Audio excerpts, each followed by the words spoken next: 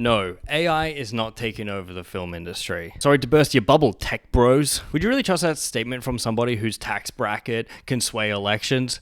Don't think so. Personally, I don't believe this narrative that AI is going to take over the film industry. Because this narrative is being pushed by a group of dudes that have never worked a customer-facing job before. Yeah, these guys have never been yelled at while working minimum wage before. They can't relate to regular people. They not like us. What's going on, party people? How are we all doing? And I know AI has been a huge topic of discussion lately, and there's been some pretty highbrow YouTube videos being made about it, and they're super interesting to watch.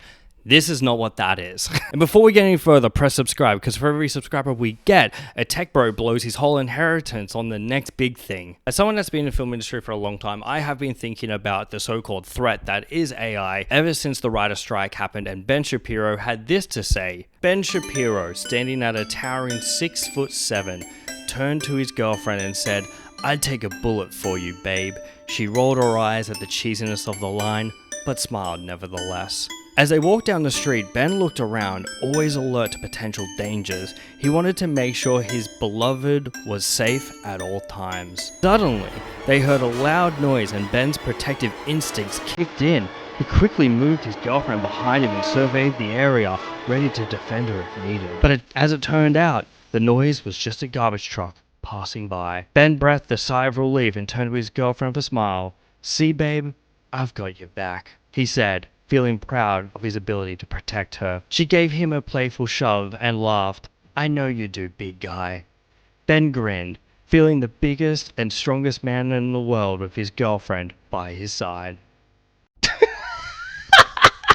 That honestly read worse than the Hallmark movies. God damn, that was A-grade trash. Ben Shapiro, what are you doing, man? Ben Shapiro made this statement when writers went on strike, trying to prove the point that ChatGPT was a real threat for writers. And Ben, I'm sorry to break it to you, buddy, but it's not a threat to the film industry, but it may be a threat to your shitty career. And since then, it seems like everything that AI has created has been trash. Yes, there has been massive improvements, but at the end of the day, it still sucks. There's still this disconnect from reality when it comes to seeing AI images. I feel like the kind of people that are into AI being in the film industry have the movie taste that looks like this. Oh, you didn't think it was coming for you? And you thought it was a friendly fire? Man, you shot at my industry, so I'm shooting right back, okay? Say with me, they not like us. Oh, you don't believe me that these AI films are terrible? Oh, okay, here's your proof from someone that's chronically online. I just went on youtube.com and I typed in AI films into the search bar,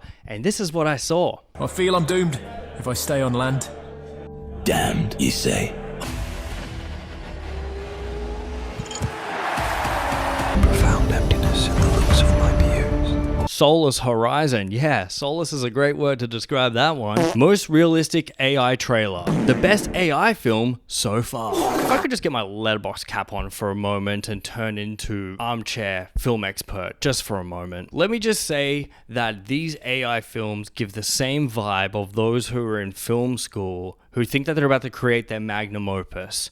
You know the ones that I'm talking about? If you don't know what I'm talking about, when you're in your film school and you're surrounded by your peers and some, they might not be doing as good as you are. And you think to yourself, you know what? I'm 19 years old and I could be better than Martin Scorsese. That's the type of vibe it gives. It's like, hey, we have our final film that we have to present to the school to get a passing grade. I'm going to create The Wolf of Wall Street with a budget of $1,000. Now, watching these AI films on YouTube, there is a lot that I want to talk about, but I won't bore you with that. The most important thing that I want to talk about is how there is never enough time on the shots to properly look at what you're seeing, and if it is, it just turns into shit really quickly. So you understand that these shots have to be really short, half a second. So think about that context in an actual film where some shots last for many minutes at a time if it really wants to. AI simply just can't do that. Aside from that, there is a whole bunch of other technical stuff that I think doesn't work in film, and I think most people can understand when they're watching it. Something's not right between all the shots because they're done at different frame rates and all this other stuff. I won't bore you with those details. But if you are interested in those details, hey, maybe shoot me a message. We can just talk about it off air. Off air? Sure. We can take this off air because for some reason I'm filming this in the 1950s, which is ironically where a lot of these AI films are based in.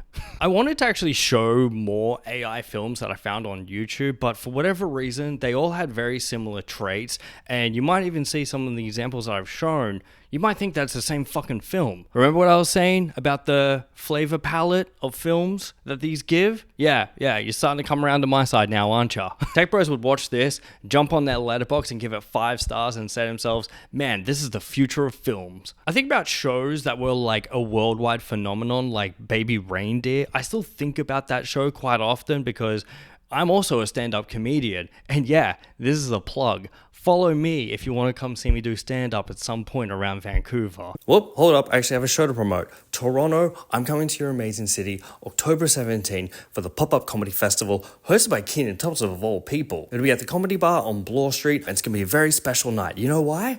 Because that's actually my birthday. So come celebrate my 19th birthday with me and let's party hard. Even if you don't laugh at my jokes, that's fine. I'd love to see you there. Grab your tickets and well, let's get back to whatever the fuck this is. Back to the point. But there is no way AI could ever replicate a wild story like that. Come to think of it, it probably has because it's stealing from fucking artists left, right, and center. And these films are a perfect example of that, okay? They're soulless, they lack any form of creativity. So I feel absolutely nothing when I watch them. Zero emotional attachment whatsoever. And I think about like the brain rot level of films like Fast and Furious and how AI still could not replicate that even though it's so easy to follow because they're missing one thing.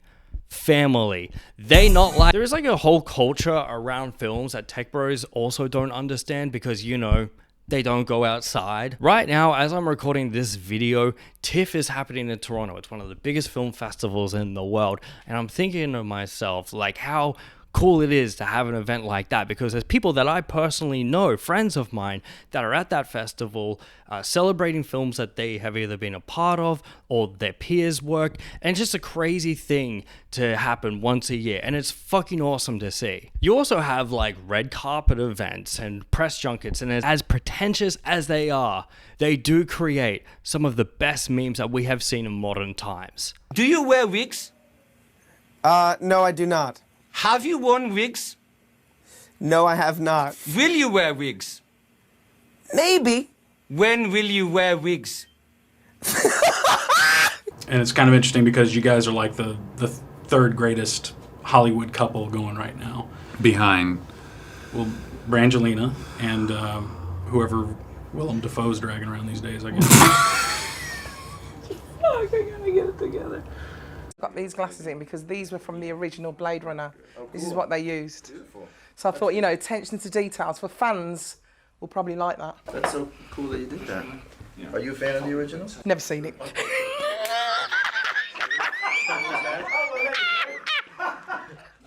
I appreciate your candor. If AI really took over the film industry, it would evaporate all of this as well. And I know studio executives would absolutely love to cut out as many people as possible to squeeze as much profit as they can because, you know, we live in a society. But I truly believe people would miss that to the point where there would be fucking riots in the streets. You saw the writer's strike and the actor's strike. Oh, try to get AI to come into the picture and take over. Man, that would be a great film, actually. All right, time to get off my armchair that I left in expert mode. And I'm going to leave you with something like this.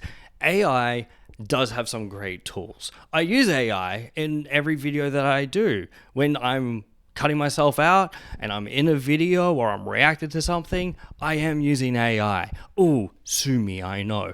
But these are just tools that we can use as painters to help create fun videos and films and whatever the fuck that we need, okay? It should not be replacing the fundamental positions of the job itself. So AI, I'm talking to you. You ain't ever taken over the film industry because you're tacky and I hate you. So party people around the world, I implore you to rally behind me because I want to push a movement on the internet right now. And it is make AI brain rot again. Bro, I fucking love AI brain rot. My friend and I, that's all we do. That's our main line of communication. We just send each other brain rot TikToks back and forth. Did you know? Did you know if you drink too much soda, you drink you fizz soda pop squirts to upset and stummy hurt?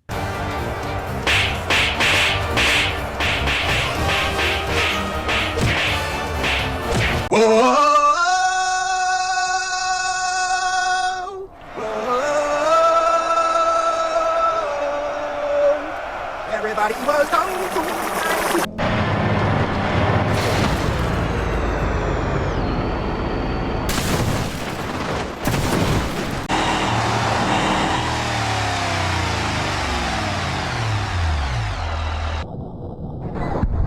And after a long, stressful day, if I've been on set or I've been in the edit suite for too long, there is nothing better than laying down and melting every last brain cell in my frontal lobe. It's basically a modern day lobotomy, watching brain rot TikToks. So please, keep AI out of the film industry and keep it in the brain rot system. Thank you.